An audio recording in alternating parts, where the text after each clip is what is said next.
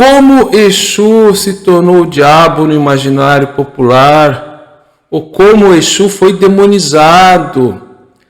Aula 3 do curso A Missão da Umbanda. Estamos na página 44 do livro de referência Missão da Umbanda, do autor espiritual Ramatiz. Este curso é completamente gratuito, você tira as dúvidas nos comentários, basta se inscrever no canal e ativar as notificações. Acompanha um comentário fixado, o link que você é redirecionado para a playlist do curso, já sai assistindo às aulas, tudo gratuito aqui na plataforma Universalista EAD. Estamos na página 44 do livro de referência, A Missão da Umbanda, onde é feita uma pergunta a mestre Ramatiz sobre esse assunto. Como, no contexto das crenças mágicas populares, o sincretismo fez Exu ser associado ao diabo numa distorcida adoração ao demônio como rito institucionalizado? Isso é perguntado a mestre Ramatiz.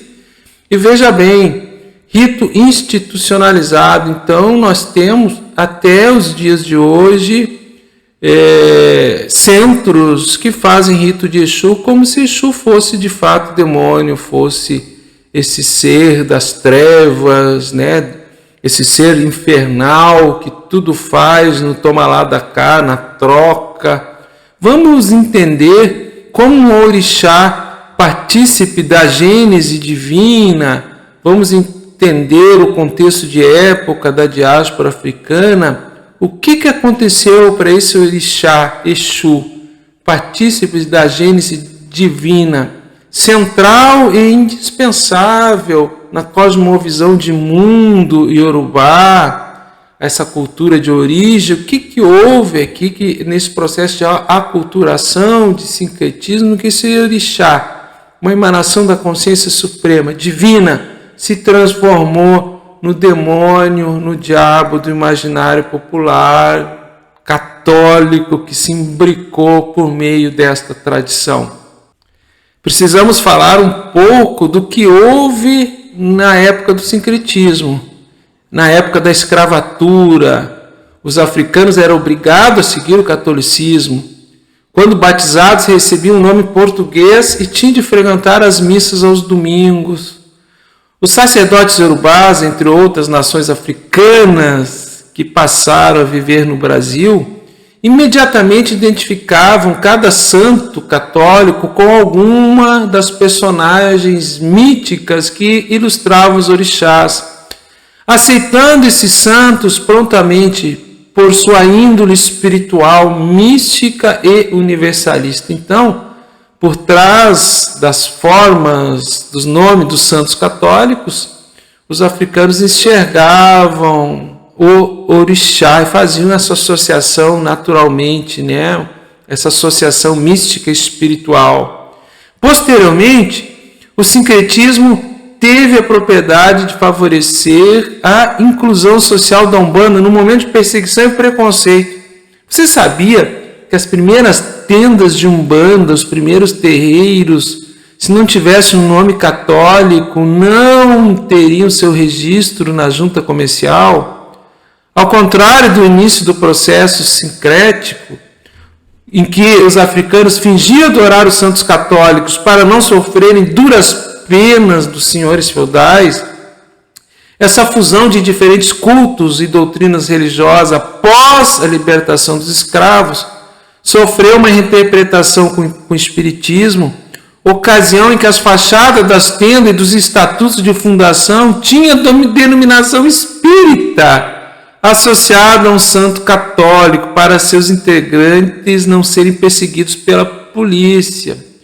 O próprio caboclo das 7 encruzilhadas, né?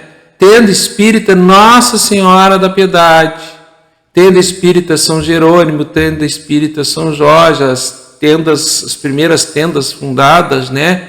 Carregavam o nome espírita e no nome católico, não tinha nenhuma denominação que se referia a Umbanda, pois não daria registro, seriam fechados.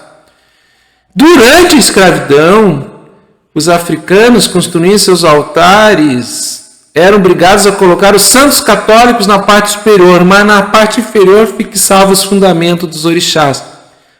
Pedras, minerais, oferendas votivas, ervas, entre outros símbolos. No chão de terra batida, embaixo dos altares que tinham os santos católicos. Na hora de cultuar os santos, na verdade, cultuavam os orixás.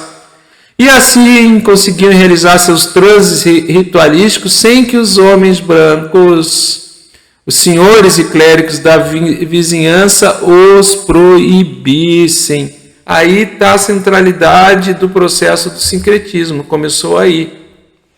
Uma artimanha, um engambelo dos africanos, sabiamente, para continuarem cultuando a sua fé, manterem viva a sua devoção.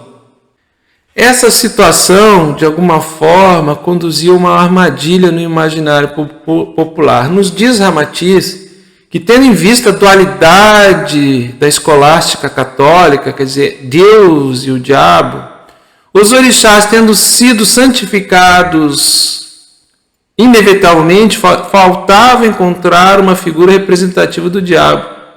É assim que se instalou nas populações periféricas, pobres, incultas e assustadiças, constantemente ameaçadas de serem jogadas nos caldeirões fumegantes do inferno, a demonização de Exu, que se alastrou rapidamente com o apelo mágico que envolve. Veja bem, não foram os africanos que fizeram esse sincretismo às avessas, associando orixá Exu com o diabo, foram as massas populares, as próprias pessoas que se beneficiavam da magia africana, nas periferias, ainda incultas, e isso começou a cair no contexto cultural brasileiro, hegemonicamente católico. Esse conceito de Exu, que mais influenciou esse mesmo imaginário, passou por distorções em consequência da amplitude do processo de inclusão social dos cultos que saíram do interior das senzalas e ganharam as ruas e os morros, sendo transfigurado no diabo pelo candente sincretismo. Então, após a alforria dos escravos, que de liberdade não teve nada, foram deslocados para os morros, Carioca, saíram da Cesárea e foram para os morros, e há uma maior abrangência dos serviços mágicos afrodescendentes, e Exu acaba sendo transfigurado no imaginário popular pelo candente sincretismo ao diabo do judaísmo católico cristão.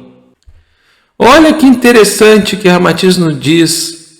Com o avanço das concepções judaico-cristãs católicas sobre as antigas religiões dos orixás ligadas às nações africanas, ao qual se juntou o espiritismo kardecista no final do século XIX, esse Exu popularizado foi cada vez mais empurrado para o lado do mal, dentro daquela questão do dualismo, Esse fato se intensificou com os seguidores sincréticos da Umbanda e persiste potencializado e distorcido em muitos terreiros umbandistas e centros espíritas até os dias atuais, por intermédio das suas lideranças, que não estão muito preocupados com a verdadeira orientação da visão de origem, abrangente e universalista.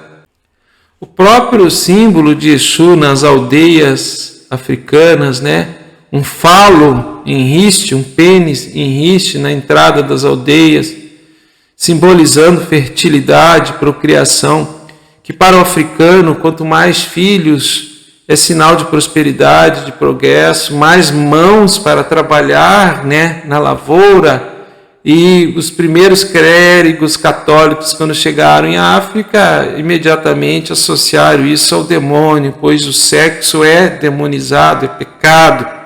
E para a visão de um mundo africano, sexo é uma coisa natural, é divino, e a procriação faz parte, ela é desejada no contexto de época, comunidades agrícolas, não eram comunidades urbanas. Então aí já começa uma distorção na origem, no primeiro contato desses clérigos sacerdotes católicos com a tradição iorubá africana. E nos diz mestre Ramatiz, mesmo Exu tendo sido transformado no diabo, é um diabo dos católicos. Com a seguinte falsa imagem, ganhou chifres, rabo, pés de bode, labaredas e fenais, capas, tridentes, outros adereços dos demônios antigos e medievais, arquitetados pelo catolicismo inquisitorial para combater as seitas pagãs. Essa aparência assustadora foi inspirada por videntes, muitas vezes influenciados por entidades do astral inferior, que se locupletam nos gozos terrenos imantados a seus dóceis aparelhos fascinados que enxameiam na crosta, ocasionando a invasão dos congás por imagens diabólicas, facilmente encontrados em qualquer esquina das grandes cidades, suas floras comerciais e lojas mágicas.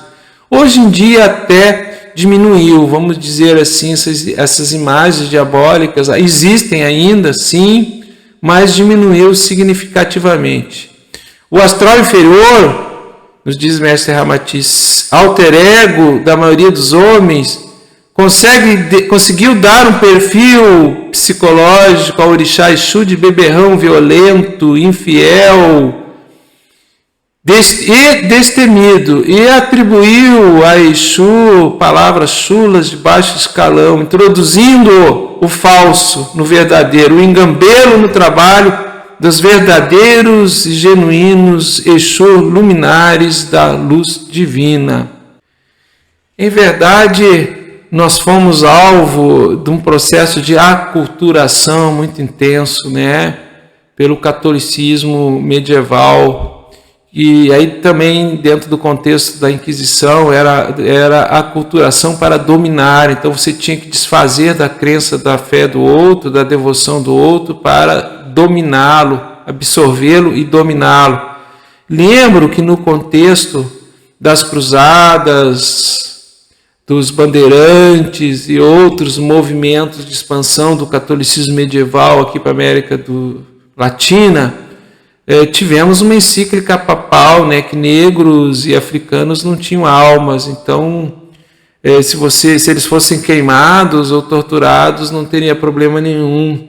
E era mérito quando conseguia se resgatar, fazê-los se converter numa próxima fé, numa outra fé, não de origem, que você estaria resgatando esses seres e dando a possibilidade deles virem a ter uma alma. Então se criou esse monstrengo teológico, vamos dizer assim, uma apostasia, que é algo falso, onde se dá uma interpretação completamente equivocada às Escrituras, para dominação, para poder, dentro do contexto medieval, né, principalmente da expansão do catolicismo espanhol e português na América Latina.